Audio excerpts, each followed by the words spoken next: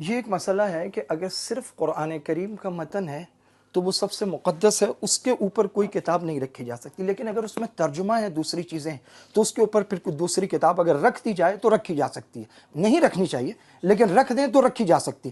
یہ میرے پاس اصول کافی ہے، یہ آپ کو معلوم ہے کس کی ہے؟ یہ یعقوب کلینی کی ہے۔ یہ وہ آدمی ہے جس کی کتابوں میں لکھا ہے کہ نعوذ باللہ قرآن کریم محرف کتاب ہے۔ یہ وہ شخص ہے جس کی کتابوں میں لکھا ہے کہ امام جعفر صادق اپنے مصلی سے نماز پڑھ کے نہیں اٹھتے تھے جب تک کہ نعوذ باللہ نعوذ باللہ نعوذ باللہ ابو بکر عمر عثمان پر نعوذ باللہ لعنت نہیں کر لیتے تھے۔ اسے تبرہ کہتے ہیں اور یہ ضروری ہے، یہ عقیدہ کا جز ہے۔ اس کتاب کو میں اس مطالعہ قرآن حکیم کے اوپر رکھ دوں؟ آپ کہیں گے نہیں یہ آپ کیا کر رہے ہیں؟ اس میں حوالے ہیں، اس کے ہیں، اس مطالعہ قرآن حکیم میں اس کے حوالے ہیں، جہاں بخاری کے حوالے ہیں، جہاں مسلم کے حوالے ہیں، وہاں اس کے حوالے ہیں۔ تو یہ نعوذ باللہ اس کے اوپر رکھ دو، یہ ہمارے بچوں کو پڑھایا جا رہا ہے۔ اور اب جب یہ باتیں نکل کے اور کھل کے سامنے آنا شروع ہو گئیں، دی علم فاؤنڈیشن کا وہ پھٹ گیا، وہ فاؤنڈیشن اندر سے، اور وہ نکل کے آ گیا۔ 45 لاکھ کتابیں بانٹ دی تم نے، یار تم پیسے کہاں سے لا رہے ہو؟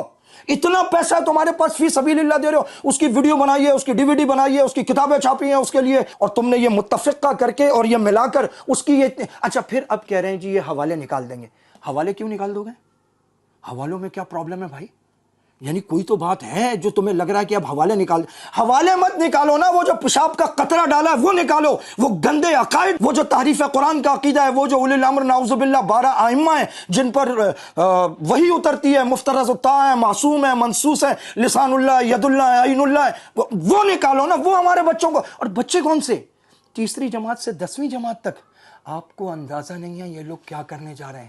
جو کام خمینی نہیں کر سکا، اس کا انقلاب نہیں کر سکا، جو 17 خانہ فرہنگائے ایران نہیں کر سکے، جو ان کے بڑے بڑے ملا اور ذاکر نہیں کر سکے، یہ شجاع الدین شیخ نے کر دکھایا، اس کے علم فاؤنڈیشن نے کر دکھایا۔ یہ جو انہوں نے کروڑوں اربوں روپے ٹھوکا خام خواہ نہیں، تو یہ قرآن کی خدمت کرنے آئے ہو تم؟